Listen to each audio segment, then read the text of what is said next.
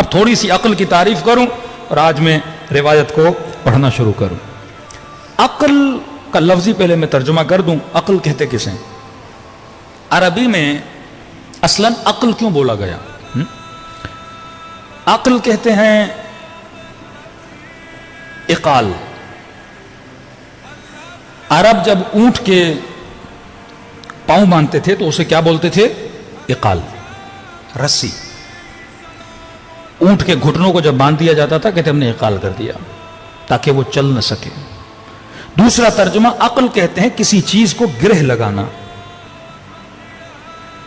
یا انگلش میں بولیں بریک لگانے کو بھی عقل بولا جاتا ہے. جو بے عقل ہوتا ہے اس کو آپ کیا بولتے ہو؟ بے وقوف ہے. بے مطلب نہیں، وقوف مطلب اسٹاپ. بے وقوف مطلب یہ وہ بندہ میں وقوف نہیں ہے، یہ کھڑا نہیں ہوتا، بولتا ہے تو اسے پتہ ہی نہیں لگتا کیا بول رہا ہوں. غصہ آتا ہے اسے سمجھ نہیں آتی سامنے کون کھڑا ہے. عقل مند اسے بولتے ہیں جس کے اندر وقوف ہو.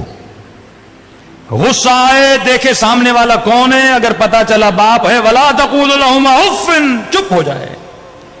غصے پہ کنٹرول.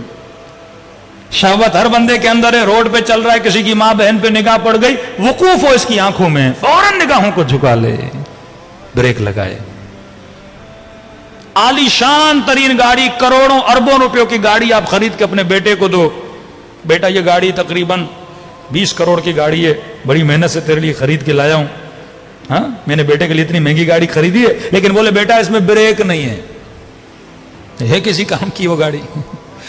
ہائی وے پہ اترے گا اور گاڑی بھی گئی اور بیٹا بھی گیا، خسرت دنیا والآخرہ. بے عقل بندہ بغیر گاڑی کی طرح ہے. اب بولتے ہیں کہ حیوان کے اندر عقل نہیں ہے، شہوت ہے، غصہ ہے، تصور ہے، عقل نہیں ہے. حیوان میں بریک نہیں ہے. بریک آپ کیسے لگاتے ہو؟ منہ میں رسی ڈال کے. اب خدا ہمیں رسیاں تو نہیں ڈالے گا نا کہ نامحرم آ جائے اور ایک بندے کے ہاتھ میں رسی اور گردن خدا ادھر کھینچے، ادھر دیکھ. گدھے تو نہیں ہو نا، انسان ہو. کہتے ہیں آٹومیٹک رسی دی ہے میں نے تجھے دماغ میں، آٹومیٹک. آرٹیفیشل انٹیلیجنس تو جانتے ہو نا، یہ آرٹیفیشل انٹیلیجنس ہے. عقل آرٹیفیشل انٹیلیجنس ہے. یہ چیزوں کو آٹومیٹک ڈیٹیکٹ کرتا ہے، میسج دیتا ہے تجھے رک جا. اب جو نہ رکا خدا کہتا ہے اولئک کالانعام، یہ حیوان ہے. کیونکہ گدھے کے گردن سے بھی رسی نکالو اب اسے پتا نہیں، جہاں دل کرے گا وہ چلتا جائے گا. کتوں کو، گدھوں کو، بلیوں کو، حیوانوں کو پتا نہیں لگتا کہ انہوں نے اپنی شہوت کو کہاں پورا کرنا ہے. حیا ہی نہیں ہے ان کے اندر. بھوک لگی جو چیز سامنے آئی کھا لیا. شہوت اتارنی ہو جہاں دل کیا اتار دی. لیکن تو انسان ہے، دیکھ کے کھا، حلال کھا رہا ہے حرام کھا رہا ہے.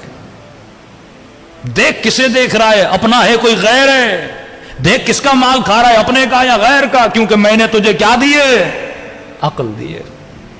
دوسرا یہ سوچ جو میں نے تجھے دیا ہے وہ کس لیے دیا ہے. ہر چیز کا ایک پرپز ہے. لاؤڈ ایک پرپز کے لیے بنا، گلاس ایک پرپز کے لیے بنا. میں نے اپنی پرانی مجلسوں میں کئی بار بولا یہ ورلڈ گنیز بک، اس کے اکثر جو ریکارڈز ہیں وہ بے عقلی کے ریکارڈز ہیں.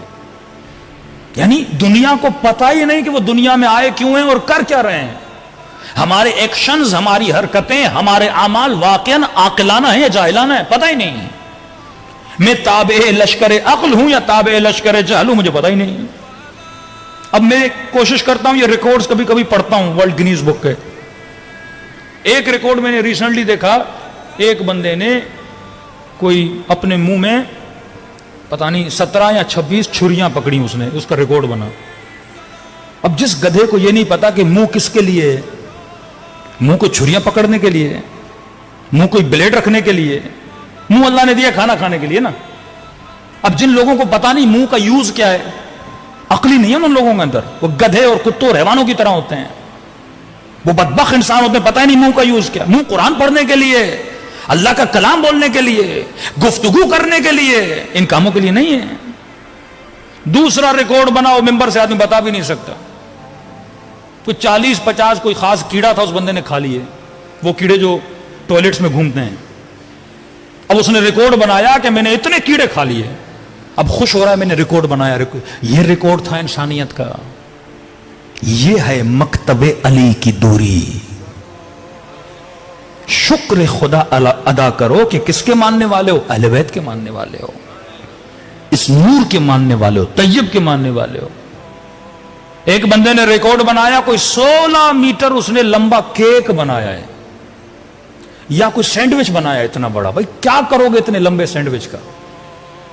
کیا کرو گے اتنے لمبے کے؟ ہاں کبھی کبھی ہم کوئی کام کرتے ہیں میڈیا کے اندر لوگوں کی توجہ کو کسی کی طرف متوجہ کرنے کے لیے. مثلا 15 شعبان ہے، امام زمانہ کی ولادت ہے، مومن نے کیک بنایا ہے. مثال دے رہا ہوں، کراچی میں کسی نے کیک بنایا، مثلا کوئی 10 میٹر کا کیک بنایا. بھائی امام کی ولادتیں بنا رہا ہے. اب ایک بندہ ٹی وی پہ دیکھے گا، اچھا 10 میٹر کا کیک بنایا، پاکستان میں ریکارڈ توڑ دیا. کس کے لیے بنایا؟ 15 شعبان. اب اس کے ذہن میں سوال پیدا ہوگا، 15 شعبان کیا ہے؟ ذہن کو انتقال دینے کے لیے اگر تم کوئی کام کر رہے ہو وہ عاقلانہ ہے. واقعی 15 شعبان کیا ہے؟ پھر وہ جستجو کرے گا، اچھا امام کون ہے؟ امام زمانہ حضرت مہدی. کون ہے حضرت مہدی؟ آئے گا. کئی لوگ شیعوں پہ اعتراض کرتے ہیں کہ آپ کی حرکتیں عاقلانہ نہیں ہیں. ان حرکتوں کا اکثر پہلو یہ ہوتا ہے کہ جب تو سوچتا ہے تجھے تعجب ہوتا ہے، پھر تمہارا ذہن حسین کی طرف جاتا ہے، متوجہ ہوتا ہے. بند ماتم کر رہا ہے، مار رہا ہے خود کو. بھائی کیوں مار رہا ہے؟ پریشان ہو جاتے ہیں، کیا ہوا ان کو مار کیوں رہے ہیں؟ پھر کہتا ہے حسین حسین بول رہے ہیں. کون حسین؟ کیا ہوا تھا حسین کے ساتھ؟ یہ ہمیں پاگل بول رہے تھے اور ہم ان کے بچوں کو حسین حسین سنا کے حسینی بناتے گئے. ہاں یہی کڑیاں تھی. میں بعض مجلسوں میں کہتا ہوں آگ کا ماتم کرتے تھے مومنین، یا جیسے زنجیر کا ماتم. پھر بعض مراجع نے فتویٰ دیا کہ بھائی اب اس کو بند کر دو، کیونکہ بعض اوقات بعض چیزیں اس زمانے میں لوگوں کو امام حسین کی طرف متوجہ کر رہی تھی. ہم کرتے تھے، یاد ہے ہم چھوٹے تھے، ہمارے گاؤں میں آگ کا ماتم ہوتا تھا، پورا گاؤں جمع ہوتا تھا. اب اس عمل کو دیکھا جائے، ایک عمل غیر عاقلانہ عمل ہے کہ انگارے جلائے ہوئے ہیں، لوگ دوڑ رہے ہیں، کوئی نماز پڑھ رہا ہے. بھائی مسجد میں جا کے نماز پڑھو، آگ پہ کیوں پڑھ رہے ہو؟ یہ تو سمجھ نہیں آتی کیسا عمل ہے. لیکن اس عمل کے ذریعے ہم لوگوں کے ذہن کو امام حسین کی طرف لے جا رہے ہیں. اب اس کو عاقلانہ اینگل دیا ہم نے. لوگ ان چیزوں کو، پہلے بزرگ اگر یہ کام کرواتے تھے، سوچتے تھے، پلاننگ بناتے تھے. ایسے بولیں گے امام حسین کی مجلس سے کون آتا؟ پہلے سے مفتی نے بول دیا حرام ہے، نہیں جانا، شیعہ جو بھی بولے نہیں کرنا. لیکن ہم نے ایک ایسا اینگل اپنایا، آگ پر نماز پڑھی جائے گی. اب پورا گاؤں پریشان ہو جاتا تھا، بھئی آگ میں جائیں گے یہ لوگ، یہ کیسی مخلوق آ گئی؟ نہیں، سارا گاؤں جمع ہو جاتا تھا. جمع ہو کے دیکھ رہے ہیں لوگ آگ پہ دوڑ رہے ہیں. پھر پوچھتے تھے آگ کیوں جلائیے؟ پھر ہم بولتے تھے کربلا میں حسین کے خیموں کو جلایا گیا. ذہن کو انتقال دیا. زنجیر کا ماتم، اس کی بھی یہی ایک کڑی تھی. ویسے کوئی آتا نہیں تھا. اب انہوں نے کہا کہ بھئی کچھ لوگ ہیں جو چھریاں اٹھا کے خود کو مار رہے ہیں. ایک یونیک چیز ہے نا. کون مارتا ہے خود کو چھری؟ کون اپنا خون نکالتا ہے؟ اور اکثر عاشورہ کے جلوس میں انٹیریئر سندھ آپ جائیں گے، ویسے مجلس میں جاؤ گے 2000-2500 لوگ. شام غریبہ کی جو مجلس ہوتی ہے جس میں زنجیر زنی ہوتی ہے، کم از کم 50,000-40,000 لوگ آتے. پورا شہر سمجھتا ہے یہ پتہ نہیں گویا سارے شیعہ کھڑے ہیں. شیعہ ہوتے نہیں ہیں، شیعہ کم ہوتے ہیں، تماشائی زیادہ ہوتے ہیں. یہ ایک میڈیا اور مارکیٹنگ کی ٹیکنیک تھی کہ ہم لوگوں کو اہل بیت علیہ الصلوۃ والسلام کے قریب لے آئیں. خود امام رضا جب محرم کا چاند نظر آتا تھا بازار میں آتے تھے، امامہ اتارتے تھے، خاک سر پہ ڈالتے تھے، گریبان کو چاک کرتے تھے. سارے لوگ پریشان ہو جاتے تھے، مولا بیٹا مر گیا، کیا ہوا گھر پہ؟ کوئی کسی کا انتقال ہو گیا؟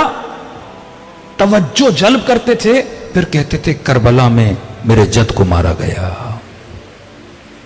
کہتے تھے فرزند رسول ایسے رو رہے ہو جیسے آج کوئی مرا ہو، سالوں گزر گئے، ایسے کیوں رو رہے ہو؟ کہ جان بوجھ کے،